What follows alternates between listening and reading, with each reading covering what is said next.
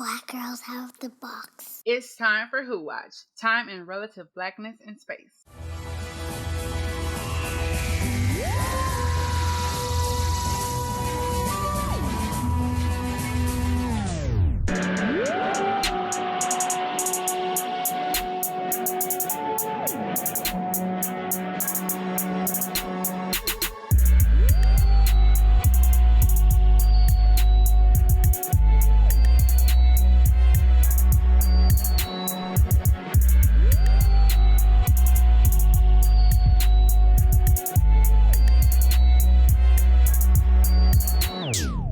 Hi everyone, it's Delia and Nicole coming to you live from the Time Vortex. Today, we're discussing episode 4 of Doctor Who Flux, Village of the Angels. In this episode, there are angels. Angels everywhere. Yeah, I'm really pretty excited to be going over this episode because, I think we've talked about it in previous episodes, but I love me a weeping angel. Like, yes, obviously, Angels of Manhattan happened, and we try to forget about that. But for the most part, I still like them, so I was pretty stoked for this episode. Yeah, I was very excited because I had stopped liking them after Manhattan ruined them for me, and I was like, okay, they're so far in the season, they've been proper creepy, and this episode said bet, and I love that. It really did. So I guess the spoiler is that it brought you back around. Yeah, very much so. Ooh, okay. Well, let's just get into it. I guess I should preface. I'm in what I've been calling the booster stupor. I got my booster and the energy is low. But we're trying to bring the energy I felt when I watched it. So we're going to try and recapture that the best we can. We're going to get it. So we see Claire again, Claire Brown. So if you'll remember back in the first episode of Doctor Who Flux, Claire runs up to the doctor and Yasna is like, oh, doctor! And the doctor's like, who? And they haven't met yet. So Claire's back and they're in 1967. She's being examined by, I literally was like, is that Gibbs? I don't know if people noticed, but the actor who's playing this professor, who we later learn his name is Eustachius Jericho, what a name. He's played by the same actor who plays Gibbs in all 5. Yes, 5. I always forget that there are 5 Pirates of the Caribbean movies. He plays quite a different character. Spoilers, loved this character in this episode, so we will get to that. But yeah, basically he's inspecting her because her brain seems to be glitching, I guess. And of course we know it's got to be timey-wimey. Yeah, it's unclear why he's studying Claire, but it does, based on what, spoiler, what the doctor's paper says. He's trying to figure out if it's some kind of psychic something or another, I assume. But yeah, I did not realize. I was watching, I'm like, I know who this man is, but I did that thing where oh, I'm gonna Google it afterward, and then just completely forgot. And then, of course, when I saw the comments in our agenda, I was like, of course. There it is. Of course, because I'm so great with faces, but I'm always like, I do not have context for this face. So yeah, I too enjoyed this character, which is, y'all are testing me on my giving white men 0 on this. I have to say.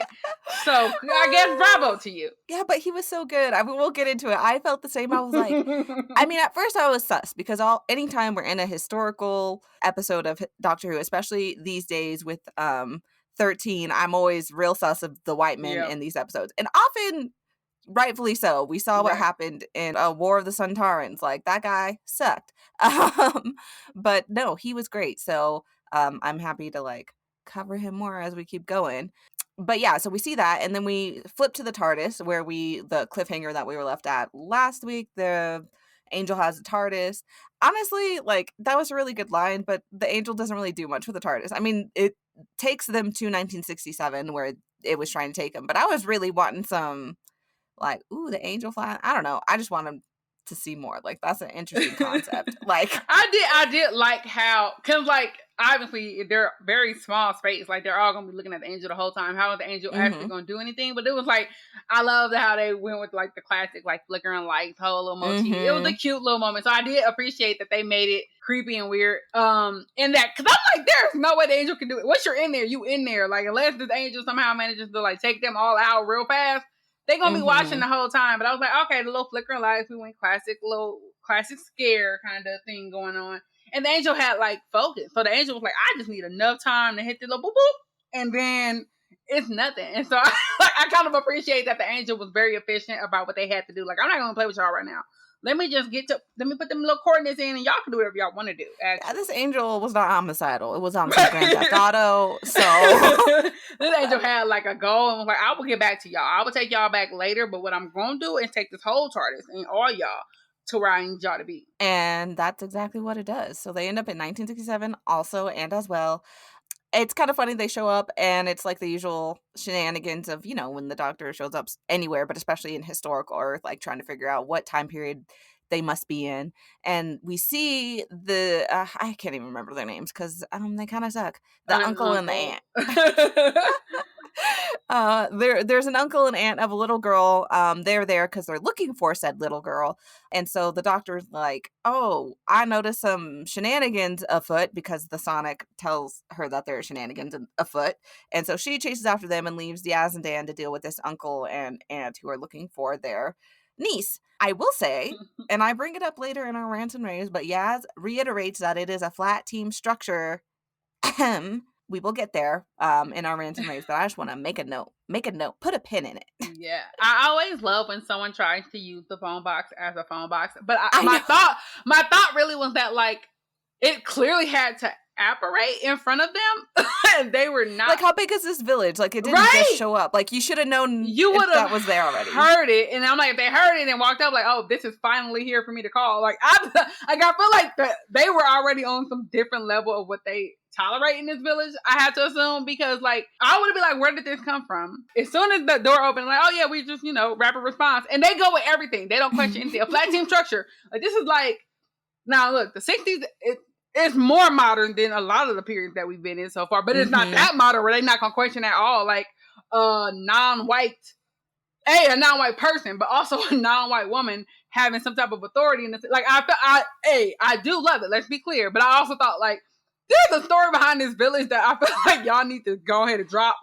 I need to know because their tolerance for what is like normal seems to be quite different than. I also noticed that. I was like, okay, I can kind of see them not questioning the existence of a brown person because, like, there was like Right. the colonization of India, like there was acts afterward that like increased immigration from the colonies, blah blah blah. It all ends up very racist and very angering, but ultimately ends up with like there were some brown people in England, but like it still was very racist. So I don't think that like Right. definitely it wasn't going to be no like, oh, a woman is talking to me and that's fine, and a woman is talking to me and is claiming that she has power of any sort and that's fine. So yeah, it was like, okay. At that point, once we got to that point, I'm just like, well, this is clearly a situation where like this town is used to like a lot happening, and so anything is possible in this scenario. Right.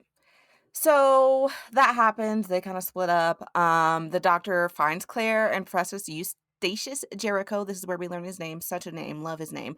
And, same regular shenanigans. I don't really have any notes there. Like, what this is. Like, it's a very typical Doctor Who story. Like, the Doctor is poking around, realizes Claire is what's setting the Sonic off. She's like, I gotta go look around more because this is weird. Y'all stay here. Claire goes to the bathroom, and I'm like, okay, I guess she must have drank some Red Bull because she got wings. I'm a little concerned. Like, she looks up at the mirror. It was a cool effect. I won't lie. Like, it was like they like zoomed in. She leans down to like splash water or whatever on her face, and she leans back up, and now she's got angel wings. But ooh, child. Mm-mm. Yeah, I love all of the kind of little nods that they end up having, like showing that she is there's a little something extra going on in there. I really dug it. I thought that was again like proper. Like, oh wait, what? Like, They what? proper What creepy, they doing? like, spooky. Right? Like, I was wait, like, what they ooh. doing? Yeah, like. But also, Claire knows who the Doctor is. See, my thing, and we'll see it throughout, like, she waits to tell the Doctor. Like, if I know who the Doctor is, like, I would have told her immediately. Like something's going on. I need you to fix it. Because if I know who the Doctor is and what the Doctor's about, like, that's the first person I'm looking to. Like, beep, boop, boop, ring, ring. Hey, Doctor, help. So, Yeah, I took it as her not having full, like, having a thought of like this is actually not happening, this is in my head, and then realizing as the time is moving forward like no, this is actually a thing that is real. Like I think it was maybe for a time she really thought like I am losing my mind, like this is literally in my That's own true. head. And then as like you are there, the proof is in the pudding, as it were. And like, oh wait, no, this is actually happening. So what I'm having in my head, these premonitions are actually things that are going to happen. Like it was like I think the affirmation that this is a real thing and therefore a problem that can be solved, as opposed to like, yeah, I'm just, I'm a little bonkers, So I think it was her coming to the realization like this is actually a real thing and it's not only in her head, which I think is like a subtle. I think they did that kind of cool and subtle. Like I'm glad. Again, this whole town seems to be very like open, and I'm glad it wasn't never treated like she's the crazy one in town who thinks like she had premonitions. Like nothing is ever treated in this episode like out of the realm of possibility. I just like even Eustachius, because of course your name is Eustachius. Like what? Mr. Jericho was like he just was with it. Like, oh, okay, yeah, you have premonitions. Let's get some readings. Let's find out about those premonitions. Like, I just love that there's no like undermining of the people who are saying they are experiencing, except for obviously the uncle, but whatever. What happens. Yeah, I did like that part where it was like, it makes sense what you're saying, like, true. If she's been having these, like, hallucinations, like, ongoing for a while, like, how is she supposed to know when it's becoming real and when it's not? Like, that makes sense. But it doesn't, it's not, yeah, it's treated, I wouldn't say with sensitivity, but, like, it's not anytime prior to, like, maybe 2010, like, it could be, like, female hysteria. It could be you just crazy, like, all these problematic things. That turned out that we know now just incredibly ableist. But also she doesn't have any mental health issues. She literally has, well, unless you count having a weeping angel in your mind, just chilling out as one. So yeah, I thought that was cool because it does kind of get tiring to see those tropes, I guess. Like even if that would have been accurate for the time, it's just like, okay, I'm tired. Especially like if you're someone like me or like who's struggled with mental health things and has felt like that. It's like I don't need to see people making light of it, even if it makes sense for the time period. Yeah, full agree. Yeah, Claire's got wings. Put a pin in it. We cut back to Yaz and Dan looking for Peggy with that uncle and aunt. Yaz and Dan get got by the angel. Like, I don't care about this uncle and aunt when I see them. And then it turns out the uncle sucks. Like, Yaz is doing what she does. She's trained as, like, a cop. Like, say what you will about that. She has this training. She's asking questions she needs to ask. And is asking, what do we know about Peggy? Like, let us know so we can, like, if we meet her, like, we can, like, basically connect with her and, like, get her to safety. And Uncle's like, she's a 10-year-old girl. How much is there to know? I'm like, okay, so you are awful. And when you die, I'm not going to be sad about it. Yeah, it's, like, complete disregard of her humanity. Like, that is a human person. Like, regardless of the age, that is a person that, like, has some, like, it was just so, I mean, they had to give us someone, right? They had to give us one. Like, I think this episode is one of those ones, like, when you really think of it, like, in the broad sense, you're like, oh, like, that's a lot happening, right? But, like, they give us, like, that one or two people, you're like, maybe it's okay. Like, maybe this is acceptable behavior by the angels, because if this is what they gotta do, like, you know what I mean? Like, I just... Yeah. I was like, if he gotta go, he gotta go. Right. Like, I don't know. Peggy's better off, is what I had decided immediately. But unfortunately, we don't see him get got yet. We instead see Yaz and Dan get got by an angel. And I don't know, I felt like kind of worried, but like the stakes to have it happen so early in the episode, I'm like, oh, where they're gonna be they're gonna be all right. Like, that would have been more of a cliffhanger situation, but I wasn't that worried. I was like, okay, they get got. It's gonna add more. We're gonna see more shenanigans, and kind of just got excited. But I think it was still meant to be suspenseful. But that was the only time that I was like, ooh, more timey-wimey. Right, but see, I think where they went for the suspense was like the fact that you get there and it's completely abandoned. So it's like, they're not going back time like normally. These people just land somewhere and it's like a bustling city or whatever. It's like they going back and then there's also some calamity has hit this place. So it's like when we like meet back up with them, it's like, oh, so it's like the unsafety isn't the getting got. The unsafety is the where we are now. People are also somehow getting got. So it was like I was immediately like, oh, okay, and then they show them. I'm like, oh, it's a little zombie. It felt like apocalyptic, like in that small town way, obviously. But I was like, oh, okay, they're going for like real good little suspense horror situation in this episode, which of course I love. So.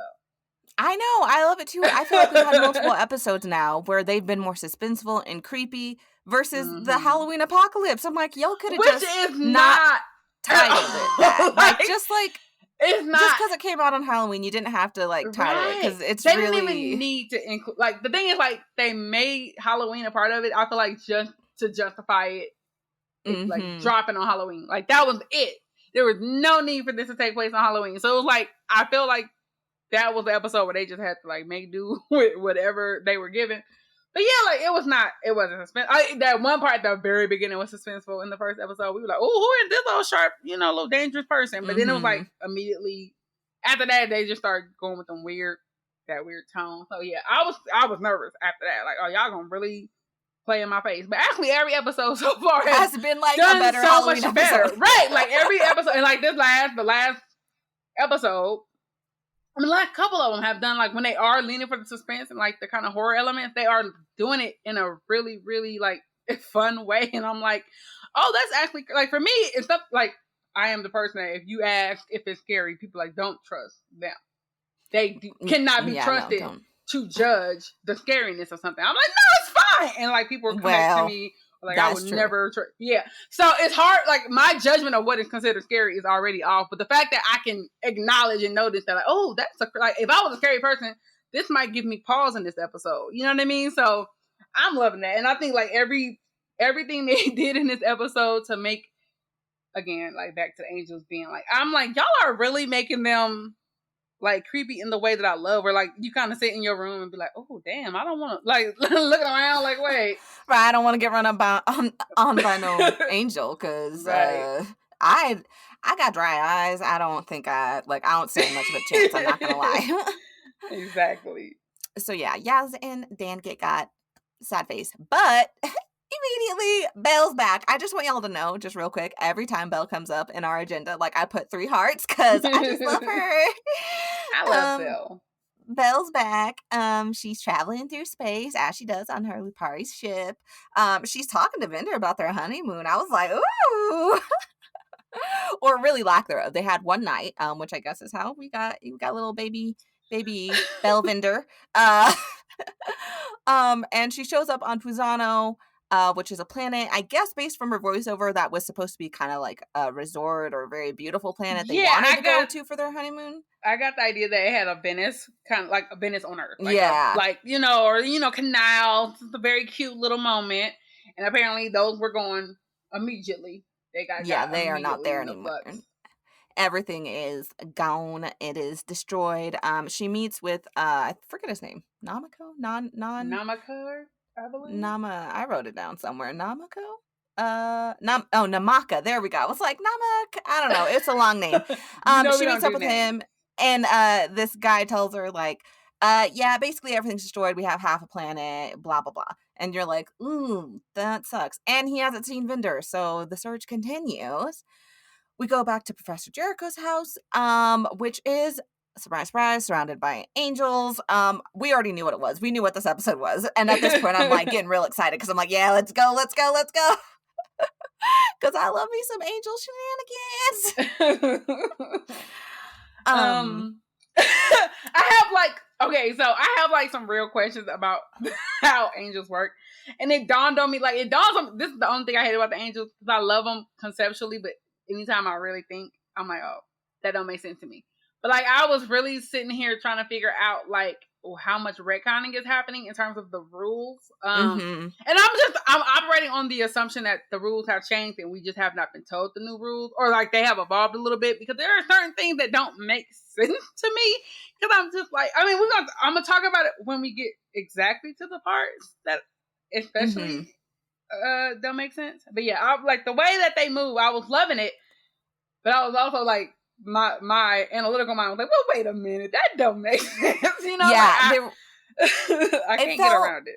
At first, I felt like they were just kind of playing fast and loose, and I was sitting there trying to figure out, like, do I care because they were left such a mess? Like, is it just kind of a thing like, well, if we're gonna do them again, let's just have fun with it?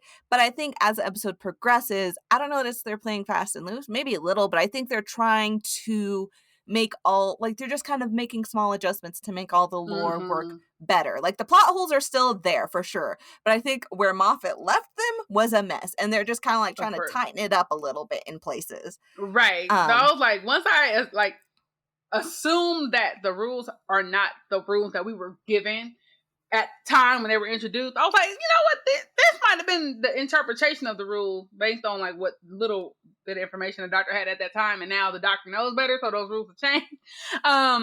So once I like let that go, I fully enjoyed it regardless. I'm like, this, I can break anything if I think about it too much. That's just how my mind works. But like, I was like, I'm not gonna even try to question it. I'm just like, it was one part that I did question, but I didn't. I at first was like kind of not vibing. Like so they're basically this house is surrounded, and the moment where I was like, oh, is this how this is gonna go? Like, Professor Jericho opens the door and like sees all the angels, and the doctor is like looking out the door, and it's like, don't take your eyes off of them. And of course, Professor Jericho doesn't know what's going on. Turns to face the doctor. Doctor is like, what are you talking about? Turns back, and the angels move closer. But to me, I'm like, but the doctor's still looking out the door. Like, did the doctor also blink? Like, why would she blink? I get, but I'm also like, and this is where I started making up rules or like trying to adjust the rules to make sense for what I think. Because I believe there's like, it's like I can look at multiple things, but like I'm not perceiving everything that my eyes can see, right? Like you have peripheral vision. Like I'm aware the TV is on the left of me. I can see the light from the TV, but I can't really tell you what's on my TV screen right now based on that, right? So I'm like, maybe it's more so that you can't just be facing them. You have to actively be perceiving them, which is much harder when it's like 20 of them versus like 1 or 2. Right? If it's like a group of them, I'm like, oh, so you can only really focus on 1 or 2 at a time. So I'm like, that's the rule. We're going to stick with it. You can have that Chibnall. I will collect my check later. That's what I came to think. However, I think later in that same episode, that is kind of like disproven, but it's fine. I think it is a case of like to a certain level with the angels, even from the jump. Like in Blink, there are holes. Like they're great, but there are still holes.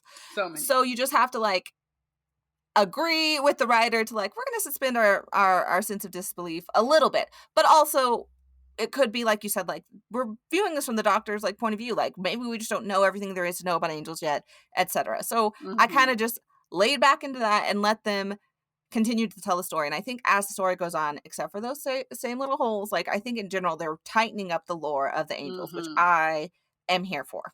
Yep. So the house is surrounded. They gotta figure it out. Oh, Claire. So she got some dust in her eye, and not like in a like metaphor, like literally. She rubs her eye and the dust like drops out. And again, for me personally, at this point, I'm like, I would tell the doctor, like, doctor, there is dust coming out of my eye. But no, she, like, hides it, which turns out to be pointless because she does tell the doctor later what's going on. So I don't get it. See, that's where it was like, again, I felt like, to me, that's where I would have been like, okay, this is definitely real because that's real dust on the chair. Like, I just dusted this dust off. I don't think I imagined that. Like, but I still think it was still at a point of, like, at that point, see, I'm over here helping these folks out. At that point, I feel like she was just like, the angels are an immediate threat, and she doesn't want to be perceived as a threat because she's in the house. And it's like, well, maybe if I let them know they're gonna be trying to lock me up or something, I don't want to be locked up. You know what I mean? Like I had in my mind, but the doctor would never. But we know that, right? And Claire knows the doctor from I don't know, actually. It's very unclear. Because I just actually, am like timey-wimey, I guess. No. Okay, it occurred to me that she would know the doctor from the angel's memory or thoughts. But the angel would not see the doctor in a positive light, right? Like the angel would be like, this bitch always messing with my stuff. Like, I don't like them. They always showing up and messing with what I'm trying to do. So, like, maybe Claire doesn't trust, like, this, like, my experience with the doctor in this way, but my memory or my feeling, because, you know, the angel. A plot twist. I mean, not plot twist, spoiler. But, like, I'm like, maybe, at that point, I think, because I had already been like, obviously, you got the angel in your system, whatever. So, I'm like, maybe that's a part of the angel, like, mechanism of, like, defense mechanism. Like, I'm not going, like, I don't know how much Claire is in control of the situation by this point, because the angel is actively acting at this point. You know what I mean? But in the first episode, Claire clearly seems to like the doctor. Like, she's like, oh my gosh, doctor. Like, and but she gets her memories after that. This is what's confusing. Okay, right. I don't know what's going on. Teacher, we gotta figure this out because when she sees the doctor and Yaz, this is before she gets got by the angels because she tells the doctor after I got home, I got by the angels. Then that does not further explain how she even knew the doctor and Yaz. Because you would think, you can't know, like, that's your, like, time is timey-wimey, but your past and future are still set, and how you experience time is still linear. Right. Even if time itself is not linear. So y'all gonna have to stop playing in my face, Chibnall and Maxine. Y'all gonna have to act right. Because I was really sitting, I like paused. I was like, hold up. Because I'm thinking, she gonna recognize the doctor because she just, but not like, it was very backwards. I'm like, now what is going on? How do you know them if you already knew them? And that's why I'm like, why are you not telling if you knew the doctor like from some prior story, you know how the doctor is, what like, is happening? tell her.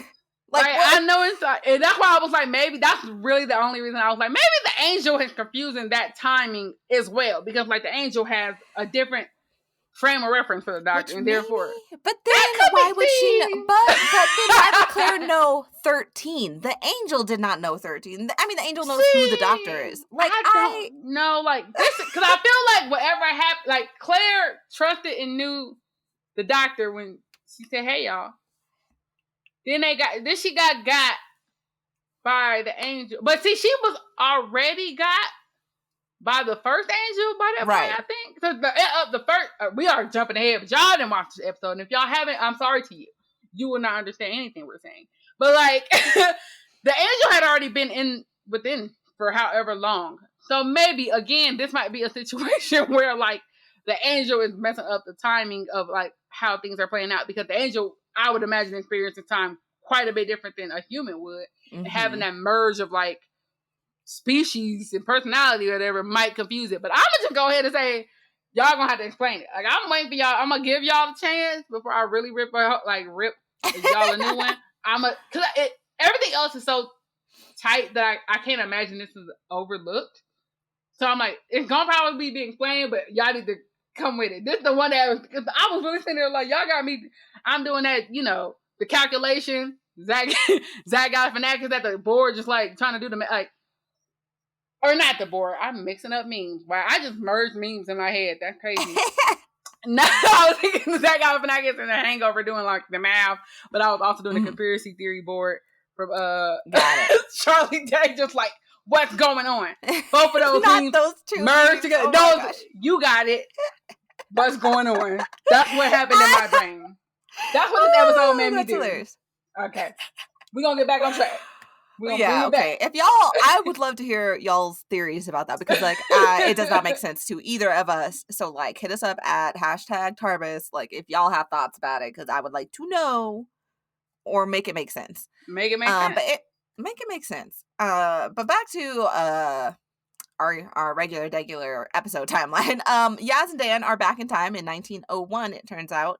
And I know we just be standing characters that y'all know what it is, but Yaz is still mission focused, because Dan's like, what we gonna do? And Yaz is like, look, there's still a missing child who probably got sent back to the same time, so let's find Peggy. And they do, and Peggy, she is not worried about the angel. She's like, they put thoughts in my head, no biggie, like, I'm good. They just was like, she was so calm, and she's like, too calm. I'm like, borderline making her like creepy. Like, exactly. She was not there, but she was so like, it would have been so easy. Like, I'm like, that would have been so an interesting choice to make her also very creepy. Like, they got right on the cusp of that though. I don't know why, but it took me back to like the what is that episode? Now Are You My Mommy? Yeah, it took me back there. I'm like, you finding, because I was like, you're finding a child in a deserted house in like retro written. Like, I need you to, y'all, I know they weren't there for that. Yaz and Dan weren't, but like as a collective, we need to learn that this maybe isn't the safest thing. It turns out it's fine, but she was giving very creepy vibes. Yeah. So they kind of go out, explore. Turns out the village is just casually floating in space. Chilling. A little concerning. And apparently it's shrinking, because she said that this was like much further down the road. So like, I mean, like I don't even think they're gonna address it. They're like, yeah, this village, like in my mind, the village cannot last that long if it's already shrinking and they've been here for like a day. But hey, I don't know. I'm like, does it get put back? That's like, after like, they do the quantum extraction? Because we see in the like way? Next episode, they're still in 1901, but there seems to be people around, which would suggest that the village is put back. I don't know. I'm confused. That's one of this is one of the episodes where like it is where like everything else, like honestly, people would be like, "Oh, I don't get this." I'm following it. This one, I actually am following it fine, but there are questions that I have, and I'm like, let's get into it. I've had the most questions this episode than all the other episodes, but like based on what I've seen about this episode, everybody's like, "This is cool. This is cool." I'm like, maybe I just process different. I mean, I know I do. I'm neurodivergent for sure, but like maybe I just be processing different than other people. Because the other episodes, I was like, I'm with it. I got you. But right. Like I had no issues. Scratching my head a few times. This one, I think the issue with this episode is that they're like, this is every episode so far is an arc. Like we know that there's more story, but they still mostly kind of wrap up in a way that you like, okay, this part of this story is told. This one definitely feels like a two-parter. Like it definitely feels like we need more information. Like more information is happening, right? So or not more information is happening, but more is going to happen specifically to round out this story. And so I'm like, yeah, let's hurry up and get there because I'm like, y'all is in space, y'all. It's the village is shrinking, but it ain't shrinking that fast. Since apparently in 2 or 3 years they still gonna be in this village, unless by the time they go back it's like 3 houses. Like, what if that's what it is though? Like, it's just like that's the center of town. It's like the only thing left because it's been slowly disintegrating. You know what? That would be hilarious, and I kind of want it to happen now at this point. But where are they gonna get food? I don't know. You know what? I don't know. They gotta have a pig pen and a couple little garden. The angels are gonna be just nice enough. Like you may eat. So yeah, they're casually floating through space, and then it cuts to the uncle and aunt in 1967. But the village is also in space. Like it's across time. It's in space. He continues to suck. And they get got. So like whatever, they get got by angels. If I say they get got in this episode, I mean by angels. It's whatever. He sucks. Don't care. We'll come back to them. The doctor and Eustachius and Claire have barricaded themselves in the basement. The doctor's made a makeshift like little security camera in the main like foyer area where all the angels are gathered.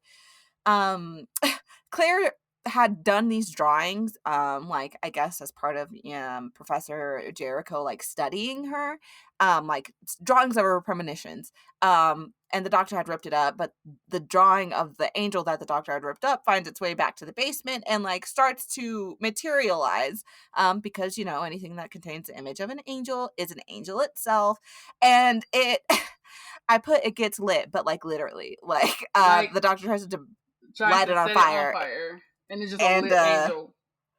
It's just an angel on fire. Like, yikes. Like, what's worse than a weeping angel? A weeping angel on fire. But they take care of it.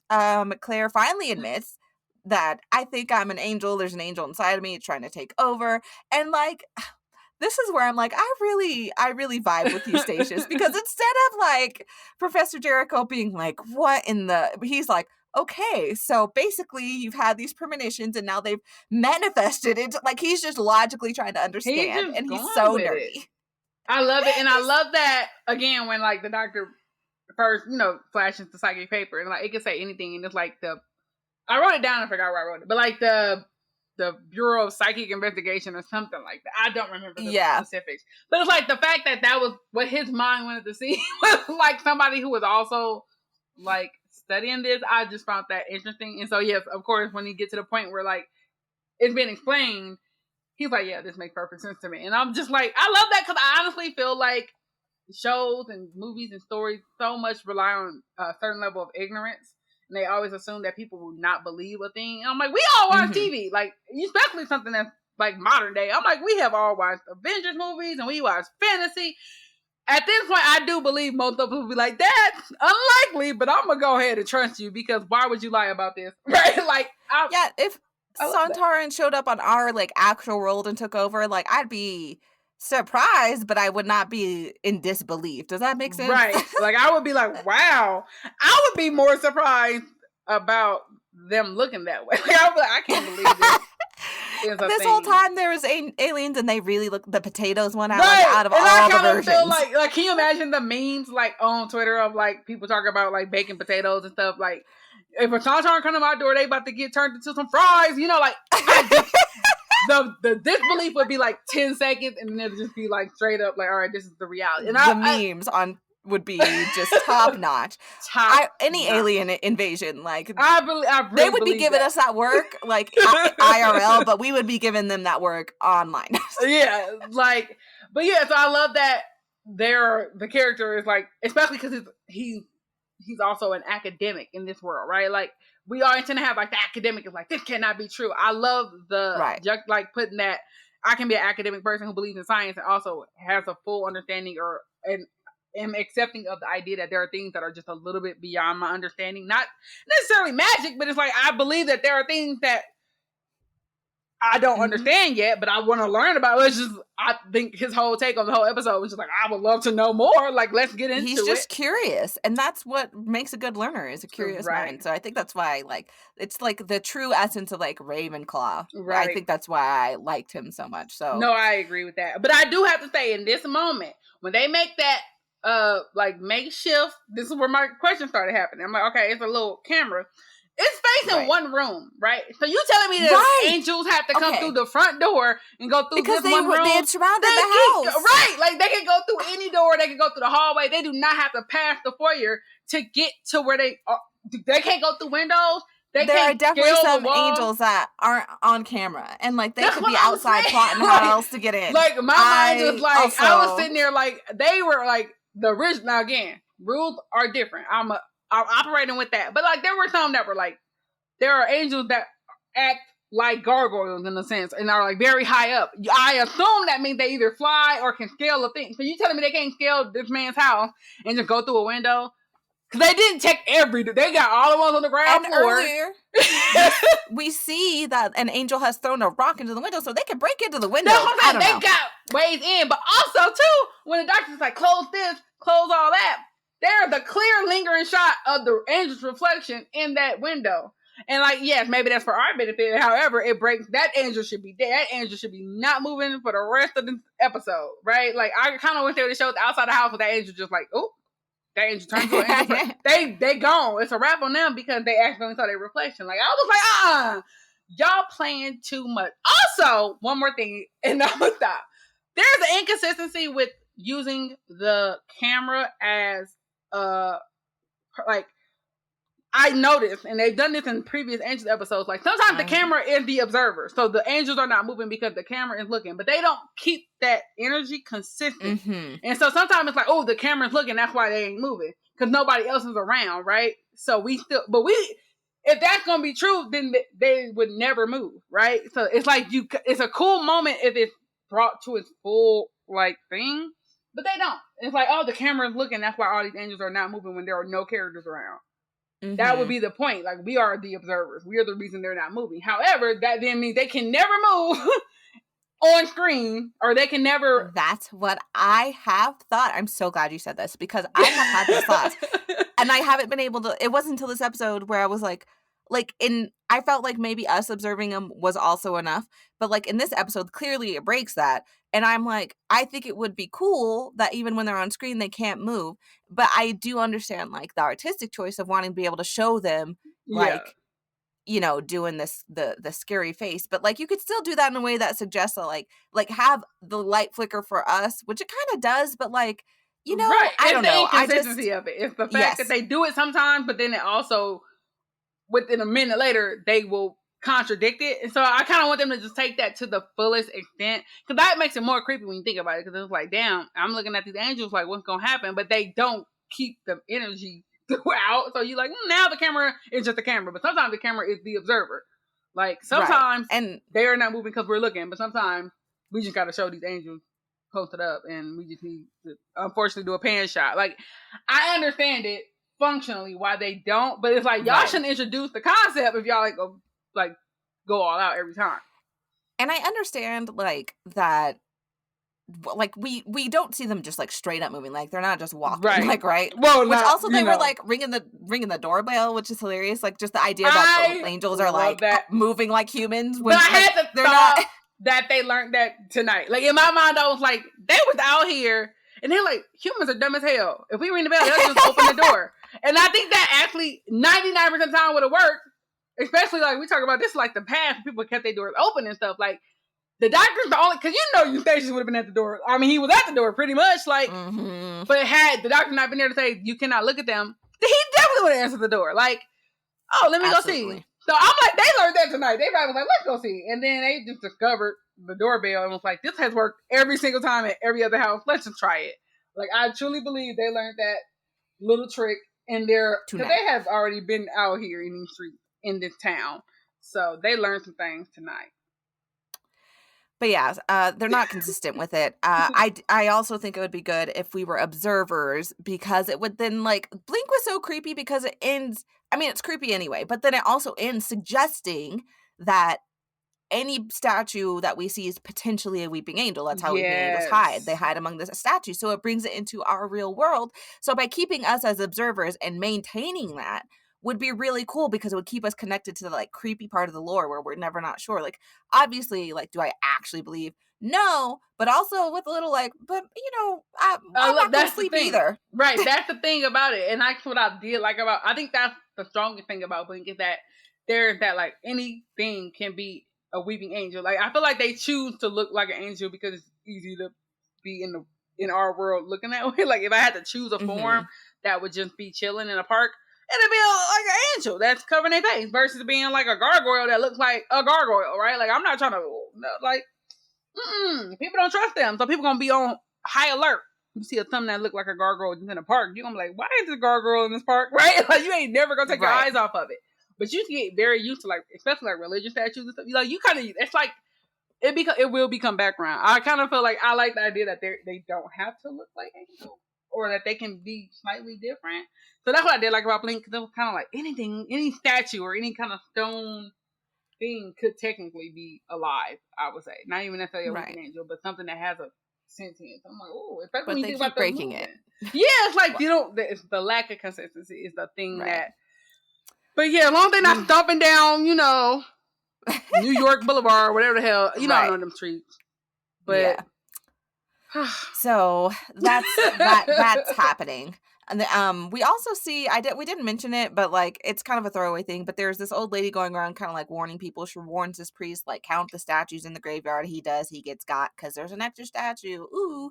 So, there's that. And even that, like, is creepy, but also it's not like, I don't know. At this point, like, why was it just chilling in this? Why was it just chilling in the graveyard? No one was watching it. I feel like it was chilling specifically because now later, and this again in the future, but like we learned that they are also, like, in my mind, very petty. This is how I've categorized them now as petty, and like they find humor in messing with people, and therefore it does make sense. I'm gonna just stand here and then he counting, because the angel presumably can hear this conversation, right? Like, they are. I mean, where are they? Who knows? That's I have thoughts, but I'm like, I don't want to think too hard about it. It's one of them breaking things, but like the angel's like, oh, they gonna count them statues. Let me stand right here, right? Like, I can see me doing that. Like, that's absolutely like I'm just standing right here. So when you get to 93.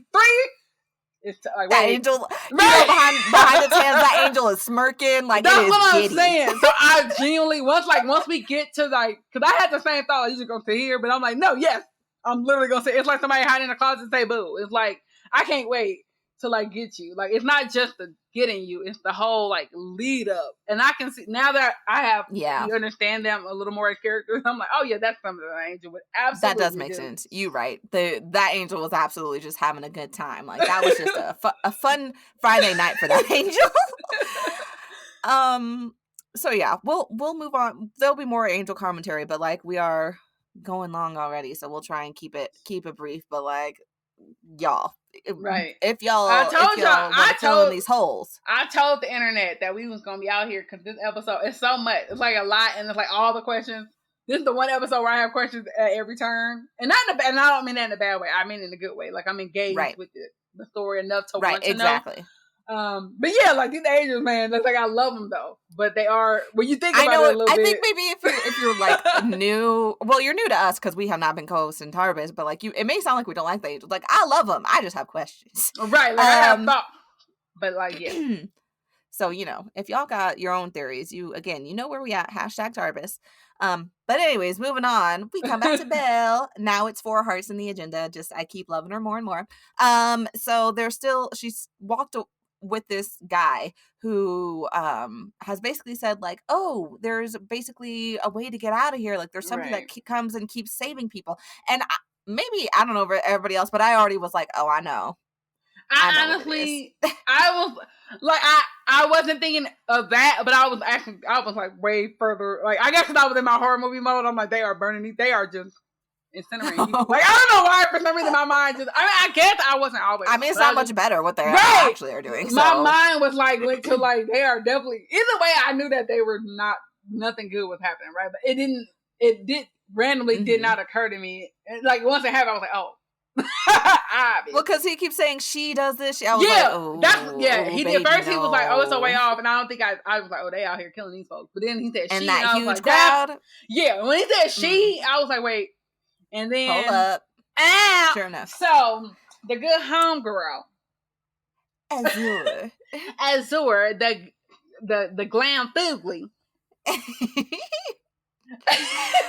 Oh yeah, she makes an appearance. She's created a cult, and like I love it's bad. It's but bad, I was like, but I love it. It's a very. I was living a little. No, because it's like that's another thing about like villains. Like a lot of times their logic is so like this is a bad plan. So far been pretty consistently like making good choices as a villain. Like I feel like. It's again like I don't want to root for you, but like if you're going to exist, I love that you are actually coming through with like really good planning and really good follow through. Because that's like the way to do it. Because like people are like running from y'all, they don't know, but like like they just are like okay, like even if like we hadn't seen the prior episodes, we would be like, damn, get up in her little fly ass her little situation. Because we would not. I mean, like I think we are hard coded to be like you are giving way too much, so you are definitely on something. You own something. You definitely questionable. But like, no, I love that it's so easy to see how people are like not discerning the situation. But they're also desperate. Like these people are like, I'd rather fucking die, I guess. Anyway, like I would choose death if I had the choice between that and just being on this planet for the rest of my life with like nothing going on. So I can see why it happened. But he was so like they were gone. Like straight up. It's like exactly how cults happen. They prey on the weak and like people in distress and like say like I'm gonna save you and it's not that. But see, and it's definitely not that. Yes. And I had a question. That was another question I had because if old boy had went on the trip as he had intended, there would have been nobody left to tell the story. So my thing is like you have to deliberately leave 1 or 2 people out of the field so they can tell you about because I'm like, because he was like, oh, I'm ready to go this time. Meaning that, like, he might have been there the last time and just missed it, or somebody told him about it. But either way, somebody had to exist to tell the story. So, like, if Belle hadn't, like, saved him, basically, it wouldn't have been... So, do she, like, pop up and, like, hope somebody just happened to be standing there? She'd be like, hey. They're passing out flyers in the in what's left of the universe. That was my question, because I'm like, the field is wide. It takes a lot of people at once. I'm like, would she have deliberately been like, oh, let's pull it back a little bit, pass it to her homeboy, so we can, like, make sure a couple people live to, like, spread the good word. Maybe they put up... Yeah, you have to leave people. I'm like, you could say maybe there's sign... Because he did say everybody comes here now, which kind of makes me see... It seems like the galactic...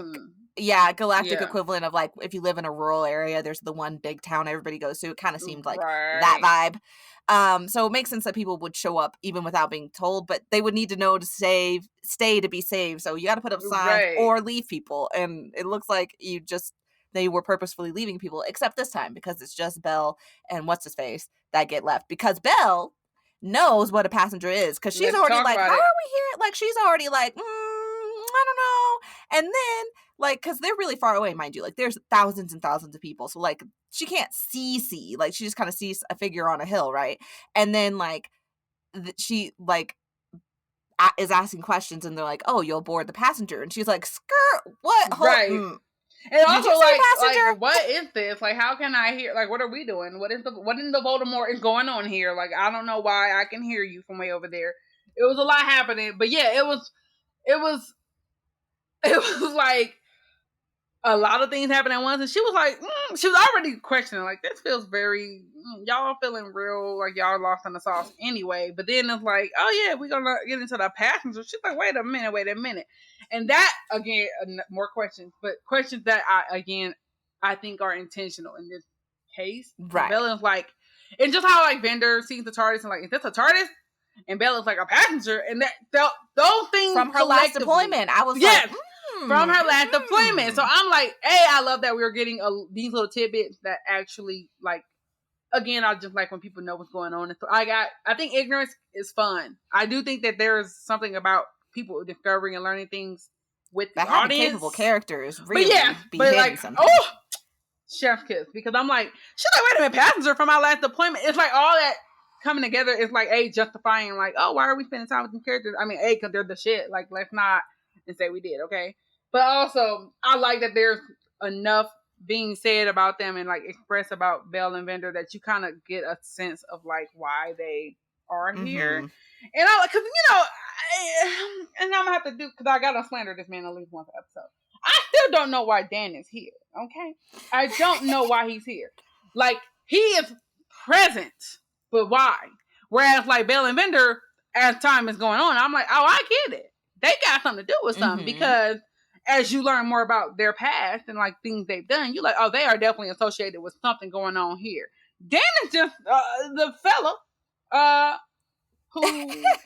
who got a ride with. It's not, and that doesn't mean he will not be used like be important. Right. And again, you know what? He doesn't even have to else. be right. He doesn't even have to be important. I actually still love the idea of like you could just the doctor like you want to spend time with you. I don't have a problem with that. My whole thing was y'all didn't have to add him in this last little moment with Joe, but whatever. I digress. Well, like if we always need a POV character, but we still have Yaz, and it's true. Right. Again, I don't think it's like anything against Dan specifically. It's just that compared to the current cast of characters we have, like it sounds mean to call him the weak link, and I only say it sounds mean because I do like him overall. Independent of the story, but when you put him in the story and compare him to the other characters, it's like why is he here? Like literally, why are you here? And I mean that like with the utmost, like why are you here? Like I think I asked myself the question, like why is he here? Like it actually comes to my mind, not even in a funny way. I'm just like, why, for what reason? And again, mainly, I think he's here so Yaz isn't stuck by herself in 1901 Britain as a brown person, but this is. Now, going forward, I will hope he is the buffer in that situation. Like, but I also feel like he is not competent. In a way where she still has to interface with the outside world because you can't send him out to do nothing. Like, he's got to go get her attitude, and that's about it. That's what I'm saying. Like, I don't know if you can trust him to go like gather the supplies or the equipment. Like, I'm not, and there's nothing wrong with not being like. A genius, right? But like I'm just like, and like if it's like if you are what's keeping us safe in this time, I don't feel safe. Like I think he's got the traits of a good companion. Like I love, like he's giving a little bit of Donna. He's got the like, I like him, but like in this particular arc, I'm like he's definitely given like very early of the companion. Like, but he's not moving, he's not developing in the way like Donna is like a lot of those traits that we see in Donna are gone immediately. Like as soon as she's placed in a situation where she has to like engage with her better self, whatever she does, right? Like most of them do. He is just constantly like showing up, and you know what? Again, I think it's fine. I think it's just because there's so many characters, and like, and I like all the characters that. I had to choose somebody to not like. Like I have to have somebody that's not going to get my full love. I don't even know if it's a choice. It's just that like he clearly is the weaker of the characters currently. And not to say he won't get the development or like he won't be a standout companion in the long run. It's just in this particular story where we're at. He just be saying stuff. He's just there. He just likes to remind you in case you happen to look away of that what he's still the current situation is. He's like, oh, we are in this time. Like, oh, we are in the past. Like, oh, thanks. And I forgot. I want more for him, not at the expense of Yaz, of course, but like I would like some development. Like if you don't put him, if he gonna be here, right? Like if he's here, let's be clear. If you are going to take up space and time, I want that to be a worthwhile time Right. spent with you as a character. Like, I don't want you to take space away from somebody else. But if you are already here, let's not make you, you know, not worthless, but a character who does not bring additional value to just as viewers taking up screen time to take up screen time, like, right, especially in such a jam-packed story, it's like, okay, I like, right, it's feeling like when he's on screen, even his little lines are like taking away from like the pace sometimes. Again, he's had his moments, but if he's not in his humor bag, like, it's not hitting. And that's what I realized. Like, and that, like, being comedic relief is actually fine, and I don't have problems with characters who are there to be funny. The problem is that he is not that's not a consistent character. They're not using him consistently. Like, they're not always doing that. Sometimes I'm supposed to take him seriously, and I'm like, thank you, because you have made a statement that is not necessary or important or gives me new information. But then sometimes he'll make a joke. I'm like, that's funny. I like that was cute. But like, they just need to keep the energy. Long story short. Yeah, and so I'm still again, I'm not saying I don't like him, so like don't flame us yet. Like, I reserve the right to. You can but at me, because I will look. I say don't flame us yet. Like when I do say I don't like him, like, we can battle it out on Twitter or whatever. But like right now, my opinion is pending, basically. Right, like, he's fine, and that's better than bad. So y'all take that and y'all receive it. So speaking of him, we are back with Peggy and them, Peggy, Yaz, and Dan. Not me forgetting his name immediately. Oh my gosh. Not like 20 seconds, like maybe a Wow. My point stands. So they come across an angel, but at the same time, if you'll remember, I said we'd come back to them. The aunt and uncle show up in 1901 because they got by the angel earlier, remember? And they just suck, and they don't know how to listen. They're like, don't come closer. There's an angel. And the uncle is like, I ain't scared of no angel. Like, it's just a statue. Mind you, he just got sent back to 1901. He doesn't know it's 1901, but they don't know what happened. Like, I assume that they think that they just got knocked the fuck out. Or sorry, knocked out and woke up in the morning time. Like, I don't know what they think happened. I think that's what they think, but still. The thing you saw was a statue that looked like the statue. And your first thought was like, I'm going to go right in front of this statue. Right in front of it. And kind of antagonizing it too. Like, on top of it. They like yelling, like, Dan is like, listen to the child. Like, do not go in front. Yes, like, do not go in front of her where we can't see it. Like, they give him so many instructions. Even Peggy's like, please don't. Like, literally, barely. And she don't even like y'all. She is trying. Right, she don't even like y'all, and she's saying don't do it. She like, don't do it.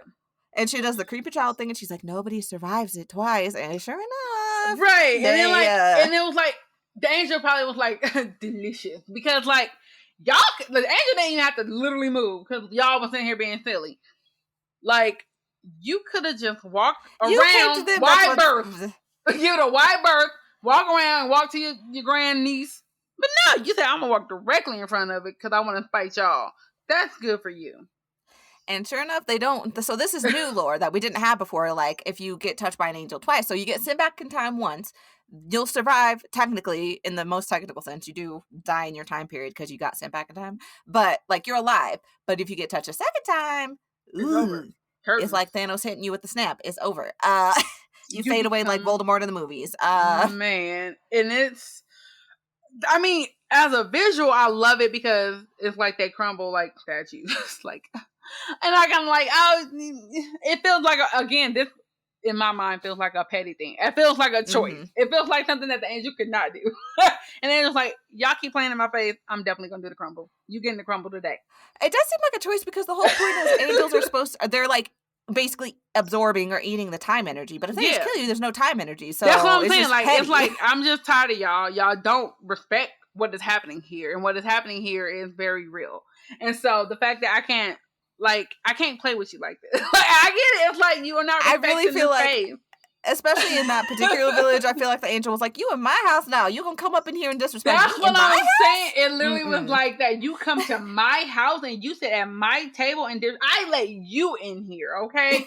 I allowed you and you disrespect me. And it's like, A, you don't respect my house, right? But it's also that you don't have no respect on my name. Like, you don't know who you're dealing with. It was very much like, find out about me, know me. And you know what? I can't be mad about it. I really can't, because I feel like if everything had transpired in the same way, I would have been like, y'all gonna have to go ahead and die, I think. Because I think people need to know that it's real out here. And I gotta make examples. And it's in my quotes from the TARDIS, but like Peggy is also unbothered. So Peggy, like Coldemort. I literally, that's like, my notes are very scared because I was really trying to watch this episode and I just kept forgetting to write them. But I definitely stopped and was like, Coldemort, because like she really was like, she didn't say this word for word, but what she really said was like, damn, hate that for them. Like, that's what she truly like. That's literally like the energy that it was, and I was like, I feel that, because like he was talking mess as they were getting got. Like, you consistently was talking mess the whole way from the walk around the little corner. like, and she had to deal with that daily for her last couple of years of her life. She's been having to deal with the shenanigans. I know she was like, you know what? It had to be somebody. She said it's above me now, so.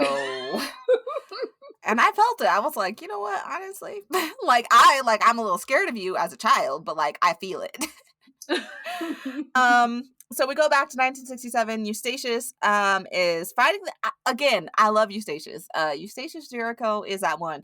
The angel starts to try playing mind games with him, like using his own voice against him. But Eustachius is like, I study the mind. You ain't gonna play mind games on me. Like, absolutely, I am not the one. He was like, and not like, me.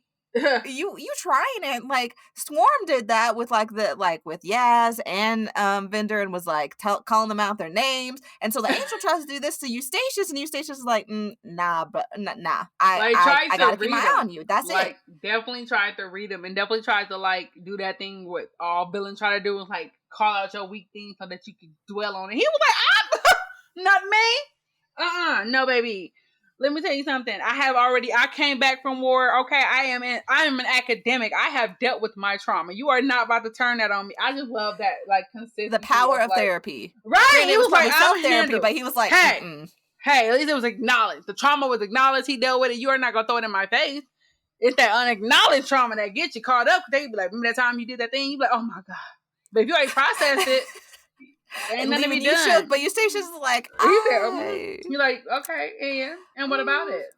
Try again. Like, and he was like, it's rude that you're using my voice, though. That's a bit rude. Like, that's what he was like. I can't believe you don't try to speak to me as I'm speaking to myself. I am I, and you are you. Like, you are not. You are not. You're using my voice without consent, and that is very rude of you. But otherwise, I am unbothered.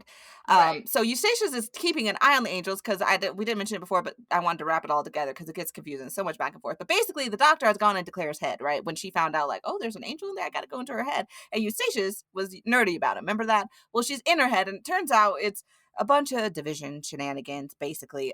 Essentially, the angels being chased by the other angels because the other angels are operatives for the division that have sent them to chase after this one main angel who apparently knows too much. Rogue angel that knows too much. So, of course, the doctor, anytime the doctor hears about the division, she is like, ooh. Like, I don't know how I feel about how the doctor, because it seems like, here's my thing. And I know I'm in the minority. Like, I have problems with this whole storyline in general, but like, also my problem is this characterization of the doctor who's like, lost all sense anytime the division comes up. Like, the doctor is first and foremost going to protect her people. But like, it seems like not just in this episode, but like, and every time it's come up, like, she's like, forget the mission. I need to know about the division. I need to know about me. And it seems oddly selfish for the doctor. Like, the doctor, if lives are at stake, human lives, she wouldn't be doing that. No, that's exactly it. Because I have pretty much the same thoughts in terms of how, like, they're dealing with the division. But my real issue is how much it is. Because, like, we think about the times when, like, the doctor heard about Gallifrey being back, right? And that was, like, a rumor. And that's something that the doctor cared deeply about. And anytime it came up, it was something the doctor was interested in. Like, oh. But it wasn't like, oh, stop the presses. We're going to stop doing whatever we're doing. Whatever happens, happens. I'm going to go run over there and see if Gallifrey's still where it's supposed to be. Or whatever the situation was. Like, so this is one of those things where I'm like, I don't know why. This is a character thing that feels inconsistent, because we always the doctor has, at least in New Who, the doctor is defined by loss in a way that, like, of course, Nine believes that, like, oh, I ended Gallifrey, right? The Time War, whatever. And then we finally get to a point where, like, the reintroduction of Gallifrey as a thing that can exist and that the doctor can get to is there, and the doctor wants that the whole time. Like, it's always something the doctor cares about and wants, but it's never at the expense of like, oh, I'm gonna go check. It's like, I'm not gonna even deal with it. Like, I don't want to, because I know that if I get obsessed about it, then it's gonna take over my whole life, and I don't want to do that. I don't want to be victim of like my own selfishness. So then you get to this point in the division, I get, because I do understand, like, obviously this is like a big identity thing. Like, these people may have information about my identity that is crucial to like my existence, but it somehow turned to like that is the only thing that matters, and that's where they got me messed up, because I'm like, the doctor would care, and the doctor would like I think the doctor would also be sneakier about wanting that information, Right? Like a lot more like underhanded in how much, because that's another thing the doctor's doing way too much of, is like giving away what your weakness is, and your weakness is, oh, I don't know who I am right now. Yes, so the doctor has always had these kind of weaknesses that we as the audience are aware of, because we know what the doctor is about, or we know what like the current mystery is for the doctor, right? But like in this situation, everybody know, because every time you say the division, the doctor acts damn fool in a way that like that just does not mean like, oh, the division, oh, you know about the division. Hold on, let me put this to the side. Let's talk about the division, because actually every time, and that's just like, it's like, I think they would be so much cleverer and underhanded about getting that information. Like, they would agree, manipulate a little more, because the doctor is nothing knows is very manipulative, and we're gonna try to act like that's not true. We can, but we all know that the doctor is hella manipulative. And like, oh, I agree. Like, manipulation doesn't always have to be bad. Like, right. It's neutral. It's to what ends are you using it? That's the thing, right?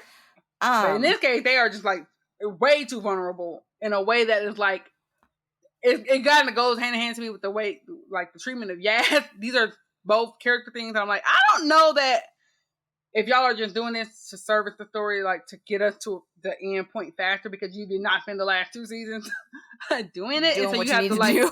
Right. So now you have to like forcefully get us to this place with the doctor. But I'm like, it throws away so much of the doctor's like isms, because I'm like, the doctor does nothing else. Like, even in the previous season, like in interaction with Ryan and Graham and Yaz, is like the doctor is still keeping a lot of stuff close to the chest. Like, right. I am open with you, and more so than I may have been with other companions, but I'm still quite a bit of things you are not being told, and I'm being very, like, that is an intentional thing.